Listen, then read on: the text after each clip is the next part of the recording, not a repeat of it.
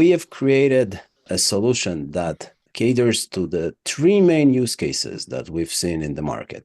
The first one is actually, how do you vet these new integrations? So most organizations now, especially upper market, they have a team. Sometimes it's vendor security, sometimes it's corporate security, that actually gets all the requests for new applications that someone wants to connect to their IT-approved platforms.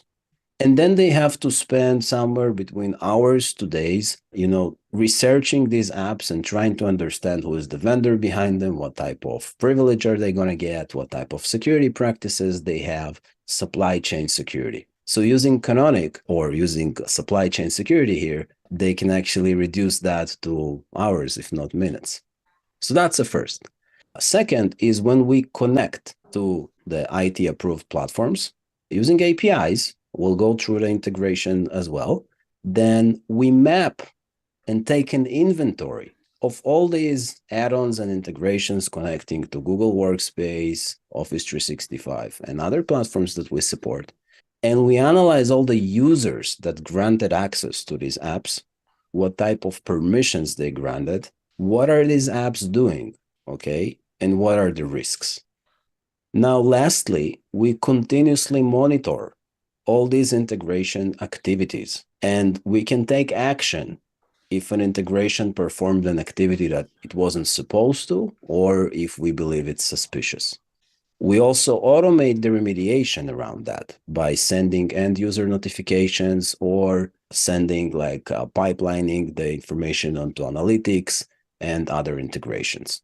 So when I say end user notifications, we use standard channels such as email, and then we just use SendGrid. And sometimes, by the way, customers provide us an API key for their own SendGrid or other email dispatch mechanism, so that the email is actually getting out of the customer's environment and not out of our environment.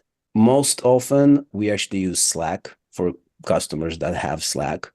And then we have our own Slack app, which can be granted access as an outbound integration. And then there are two options, like you can send notifications to a channel, an alerts channel, basically, or you can send an end user a direct notification concerning a specific app that this specific user has granted access to. So we also built a browser extension, and this browser extension is currently being used for informing users within the browser itself whenever they try to connect some app. And we can build on that browser extension. This is mostly a product decision that we have to take if we invest in this one or in something that is already existing. But we can build on that browser extension to actually block users directly whenever they try to grant access to a particular app.